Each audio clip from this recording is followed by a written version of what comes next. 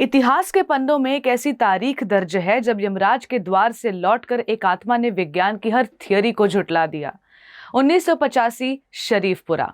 सुमित्रा सिंह नाम की एक युवती की सांसें थम गई। घर में मातम था, लेकिन तभी लाश में हलचल हुई। सुमित्रा ने आंखें तो खोली, पर उसकी जुबान पर अपना नहीं बल्कि किसी शिवा का नाम था। अब सुमित्रा के शरीर से बात करते हुए शिवा ने बताया कि कैसे मीलों दूर उसकी हत्या की गई और कैसे वो इस शरीर में वापस आई।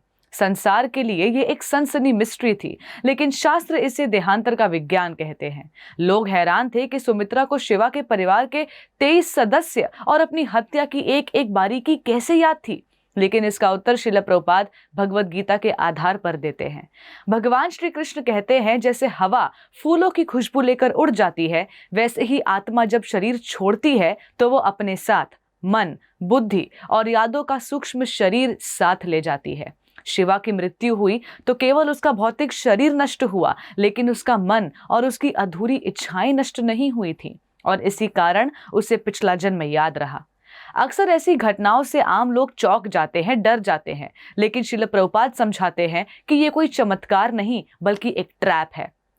शिवा का अपनी पुरानी पहचान और परिवार से चिपके रहना उस मोह का प्रमाण है जो आत्मा को बार बार जन्म मृत्यु के पिंजरे में कैद रखता है।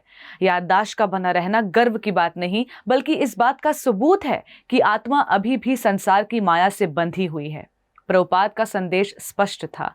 हमारा लक्ष्य पिछला जन्म याद रखना नहीं, बल्कि इस जन्म मरण के चक्र से हमेशा के लिए मुक्त होकर गोलोक धाम वापस जाना है। सुमित्रा और शिवा की ये कहानी हमें सावधान करती है। अंत समय में हमारी चेतना जहां होगी, हमारा अगला गंतव्य भी वही होगा।